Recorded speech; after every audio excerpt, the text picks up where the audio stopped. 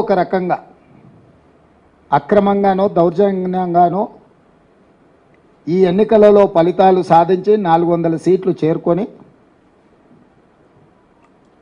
రాజ్యాంగం యొక్క ప్రాథమిక సూత్రాల మీదనే దాడి చేయాలని కంకణబద్దులై ఈరోజు నరేంద్ర మోడీ గారు, అమిత్ షా గారు దేశం నలుమూలల తిరుగుతూ అన్ని రకాల వ్యవస్థల్ని, సంస్థల్ని వినియోగించి దాడి చేస్తున్నారు ముప్పేట. ఈ అంశాలను పరిగణలోకి తీసుకున్న తర్వాతనే కాంగ్రెస్ పార్టీ ఒక స్పష్టమైన ఆరోపణ భారతీయ జనతా పార్టీ మీద చేస్తున్నది.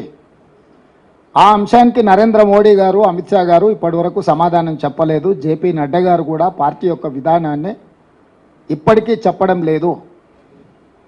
ఆనాడు డాక్టర్ బాబాసాహెబ్ అంబేద్కర్ గారి నేతృత్వంలో రచించిన రాజ్యాంగంలో రిజర్వేషన్లను 3 విధాలుగా చేర్చడం జరిగింది.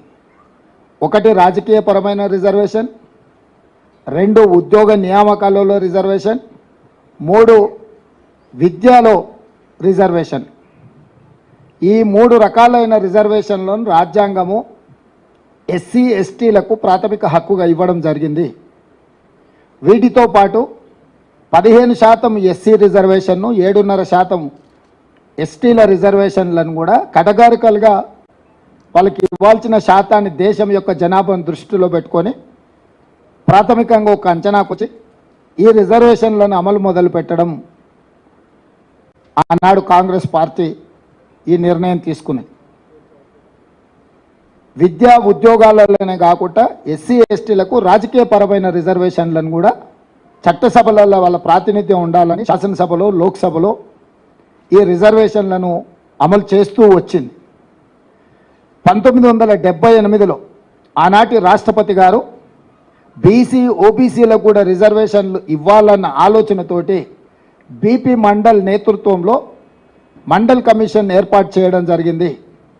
బీసీ, ఓబీసీలను, జనాభాను, కులాలను అన్నిటిని ఒక అంచనా వేసి వాళ్ళకు కూడా రిజర్వేషన్లు ఇవ్వాల్సిన విధానాలను, విధి విధానాలను ఖరారు చేయమని చెప్పి 1978లో రాష్ట్రపతి ఉత్తర్వుల ద్వారా బీపీ మండల్ నేతృత్వంలో కమిషన్ ఏర్పాటు చేసింది.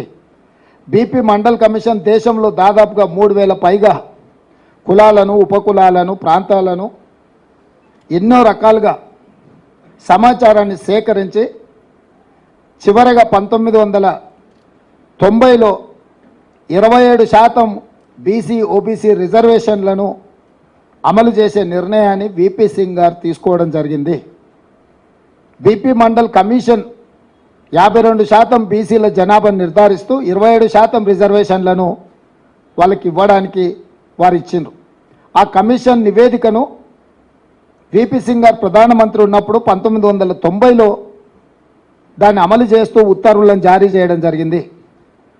ఆనాడు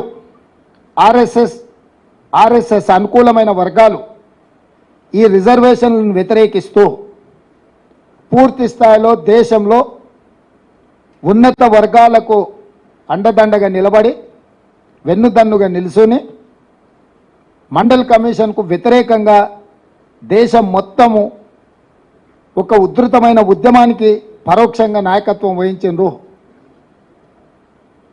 అదే సందర్భంలో న్యాయస్థానంలో కూడా వీటిని సవాల్ చేస్తే న్యాయస్థానము 9 మంది జడ్జిలతో కూడుకున్న ధర్మాసనము మండల్ కమిషన్ ఇచ్చిన తీర్పును ఆమోదిస్తూ ఎస్సీలకు 15%, ఎస్టీలకు 7.5%, 22.5% పోను 27% విద్యా ఉద్యోగాలలో బీసీ, ఓబీసీలకు రిజర్వేషన్లు ఇవ్వండి అని తీర్పు ఇవ్వడమే కాకుండా వర్టికల్గా 50% మించకూడదు అనే నిబంధనను కూడా ఆ రోజు ఇంద్రసాహాని వర్సెస్ యూనియన్ ఆఫ్ ఇండియా కేసులో స్పష్టమైన తీర్పు ఇవ్వడం జరిగింది. అంటే సుప్రీంకోర్టు బీసీ, ఓబీసీ రిజర్వేషన్లకు కూడా మండల్ కమిషన్ సిఫార్సులను అనుమతిస్తూ వర్టికల్గా 50% మించకూడదు అనే నిబంధన పెడుతూ ఆ విధంగా కాంగ్రెస్ పార్టీ తీసుకున్న బీసీ, ఓబీసీ రిజర్వేషన్లు కూడా సంపూర్ణంగా సుప్రీంకోర్టు ఆమోదంతో ఆ రిజర్వేషన్లు అమలుకు వచ్చినాయి. బీసీ, ఓబీసీలకు చట్టసభలల్లో రాజకీయ పరమైన రిజర్వేషన్లు లేవు, కానీ ఎస్సీ ఎస్టీలకు ఏ రకంగా అయితే విద్యా ఉద్యోగాలలో రిజర్వేషన్లు ఉన్నాయో బీసీ ఓబీసీలకు కూడా రిజర్వేషన్లు అమలు జరిగినాయి. ఆనాటి నుంచి ఈనాటి వరకు బీసీ ఓబీసీలు చట్టసభలలో కూడా మాకు రిజర్వేషన్లు ఉండాలి, మా కోటా కేటాయించమని వివిధ సందర్భాలలో వాళ్ళ డిమాండ్ను వినిపిస్తూనే ఉన్నారు. దాని పట్ల కూడా రాజకీయ పార్టీలు వివిధ రకాలలో వివిధ సందర్భాలలో స్పందించడం జరిగింది. ఇప్పుడు ఎందుకు ఈ అన్ని అంశాలను కాంగ్రెస్ పార్టీ ప్రస్తావిస్తుంది అని అంటే, రాహుల్ గాంధీ గారు భారత్ జోడో యాత్ర సందర్భంగా ఈ దేశంలో 50% పైగా ఉన్న బీసీసీ ఓబీసీకి సంబంధించిన ప్రతినిధులు ప్రజలు రాహుల్ గాంధీ గారికి విజ్ఞప్తి చేసింది.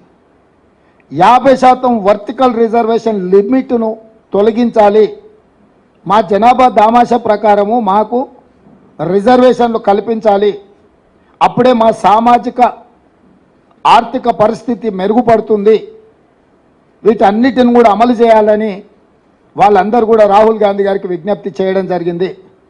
ప్రజలలో తిరిగి కన్యాకుమారి నుంచి కశ్మీర్ వరకు పాదయాత్ర చేసి 150 రోజులు 4000 కిలోమీటర్ల పాదయాత్రలో రాహుల్ గాంధీ గారు ప్రజల నుంచి వచ్చిన డిమాండును సూచనను దృష్టిలో పెట్టుకొని స్పష్టంగా ఏ రాష్ట్రంలో మా ప్రభుత్వం ఉంటే ఆ రాష్ట్రంలో తప్పకుండా మేము బీసీ జనాభాలను లెక్కించి నిధుల కేటాయింపుల్లో రిజర్వేషన్ల విషయంలో చట్టం చేస్తామని చెప్పిండు. కేంద్రంలో అధికారం వచ్చిన ఎంబడే బీసీ జనాభాను లెక్కించి ఓబీసీ జనాభాను లెక్కించి 50% పరిమితానికి లోబడిన రిజర్వేషన్లను కూడా తొలగించి 50% పైబడి కూడా బీసీ ఓబీసీలకు కూడా రిజర్వేషన్లు కల్పించడమే కాకుండా ఎస్సీ ఎస్టీలు ఎంత జనాభా ఉన్నారో అంత జనాభా ప్రాతిపదికన వాళ్ళకు కూడా రిజర్వేషన్లు ఇస్తాము అని చెప్పి రాహుల్ గాంధీ గారు చెప్పారు. దాంట్లో భాగంగానే భారతదేశం యొక్క ఎక్స్రే అంటే ఒక మనిషిని ఎక్స్రే తీస్తే లోపల ఏమేమి ఉన్నాయో అన్నీ చూడడానికి వైద్యుడికి అవకాశం ఉంటుందో భారతదేశం యొక్క ఎక్స్రే తీసి జనాభాను లెక్కించి జనాభా దామాషా ప్రకారం ఎస్సీ ఎస్టీ బీసీ ఓబీసీ రిజర్వేషన్లు అమలు చేయడమే కాకుండా నిధులను కేటాయిస్తామని చెప్పి ఒక స్పష్టమైన విధానాన్ని రాహుల్ గాంధీ గారు చెప్పడం జరిగింది. ఇది మా విధానం.